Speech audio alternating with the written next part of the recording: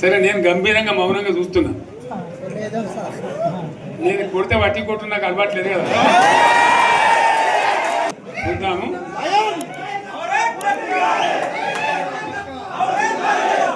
రోజులు కానీ అన్నట్టుగా నేను చూస్తా ఉన్నా. కానీ మనోళ్ళందరూ కూడా ప్రతిపాదిస్తున్న ఏంటంటే, ఒక సంవత్సరం జరిగిపోయింది, సంగమేశ్వర ఆన్నే పన్నది, బసవేశ్వర ఆన్నే పన్నది, పాలమూరు ఉత్పత్తుల పథకం ఆన్నే పన్నది, కాళేశ్వరం అట్లా ఎండబెడుతున్నారు, ఇవన్నీ అన్యాయాలని. కాబట్టి ఫిబ్రవరి నెలాఖరులో ఒక పెద్ద బహిరంగ సభ పెట్టాలి, మీరు కథ చూడాలి, జరుగుతూ ఉంది.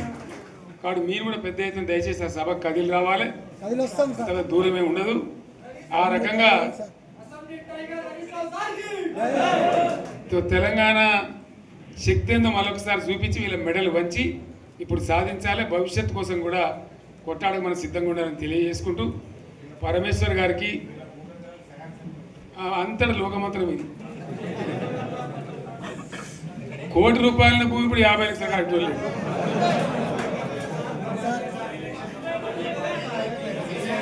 ఈ ఒక్కని బాధ ఒక ఆయన వచ్చింది, మన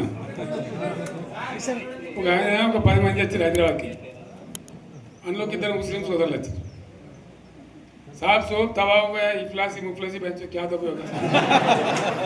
तुम्हारा क्या हुआ बहन, तुम्हारा क्या हुआ, तुम हैदराबाद में तुम लोग हैं। मेरा कारोबार है साहब, मेरा छोटा मोटा कारोबार है, होटल भी है, 70% गिर गया है। हर कोई पूछ रहे, हर कोई केसीआर को याद कर रहा है सामान వాళ్ళు మాట్లాడుతున్నారు. ఎక్కడ ప్రతి ఒక్కరు భూముల ధరలు పోయినాయి, మన్ను పోయినాయి, మసాలా అన్ని పోయినాయి. ఎంత మంచిగా 4 ఎకరాల రైతు నేను 4 కోట్ల ఆశాగా అనుకుంటుండే, అంత ధీమా ఉంది, ఎంత బాగుండే. హైదరాబాద్ నుంచి అడిగితే కూడా వచ్చి మనం ఇవ్వకపోదాం భూములు, డిమాండ్ పెరగానని. అంత బ్రహ్మాండంగా మారుమూల ప్రాంతంలో కూడా 40 లక్షలు 50 లక్షలు ఎకరానికి ఉండే. అటువంటిది సగానికి సగం పడిపోయి మొత్తం నాశనం చేసింది. వీళ్ళు ఇట్లే వదిలిపెడితే ఇంకింత నాశనం అవుతుంది. కాబట్టి మనం కొట్లాడాల్సిందే. నేను ఇంకొక మాట మీకు చెప్తా. ఎలక్షన్లలో నేను మస్తుగా చూసిన 50 ఏళ్ళలో పార్టీలు గెలితే ఓడతాయి. ఇంత మాయలు ఏడాది లోపలనే కాంగ్రెస్ పార్టీ దొరికితే కొడతాం రాని అంత గొప్పగా ఒక్కటే ఏడాది. ఇంకా వాళ్ళ బొంద తెలివికి నిన్న వారి పార్టీ మంది పెట్టాలి, అదేందో పోలింగ్ పెట్టిన వాడు చూసారా మీరు?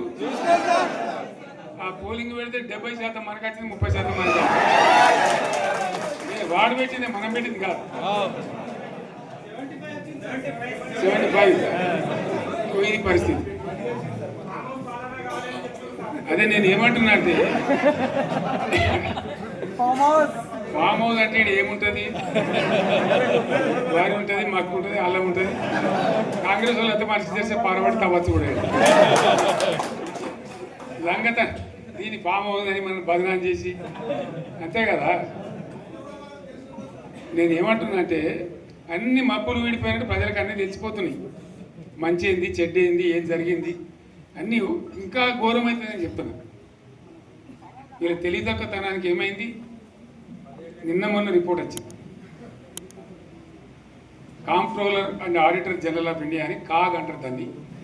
కాగ్ రిపోర్ట్ వచ్చింది. పోయిన సంవత్సరం మన గవర్నమెంట్లో వచ్చిన ఆదాయం కంటే 13,000 కోట్ల రూపాయల ఆదాయం తగ్గిపోయింది. ఇంకా మార్చి పోయే వరకల్లా ఇంకో 3-4 కోట్లు అవుతుంది. అంటే 15,000 కోట్ల ఆదాయం పోతుంది. మన గవర్నమెంట్ ఉన్నప్పుడు ప్రతి ఏడాది 15,000 కోట్లు పెంచుకుంటూ పోయినాయి, చెప్పేసుకుంటూ పోయింది. ఏడాది 10 నుంచి 15,000 కోట్ల ఆదాయం పెరిగేది మన టైంలో. అంత జాగ్రత్తగా మనం వ్యవహారం చేస్తాం. ఇలా ఉల్టా 15,000 కోట్లు పడిపోయింది. ఇంకా వాడేమిస్తాడుగా, ఇంకో ఇస్తారా? ఇంకో 4-5 నెలలు అయితే జీతాలే కష్టమైతే ఉంటుంది. అందరు పెండింగ్ పెట్టి రిటైర్ అయిన దొరుకుతలు పైసలు మీరు చూస్తారు కదా పేపర్లలో. సో ఆ విధంగా రాష్ట్ర ఆర్థిక పరిస్థితిని కూడా దివాలా తీయించారు. ఇవాళతోనేం కాదు, 100కు 100% ఇప్పటికే ప్రజల నిర్ణయానికి వచ్చిండ్రు. డెఫినెట్గా రాబోయే గవర్నమెంట్ మనదే అని అనుమానం కూడా అవసరం లేదు.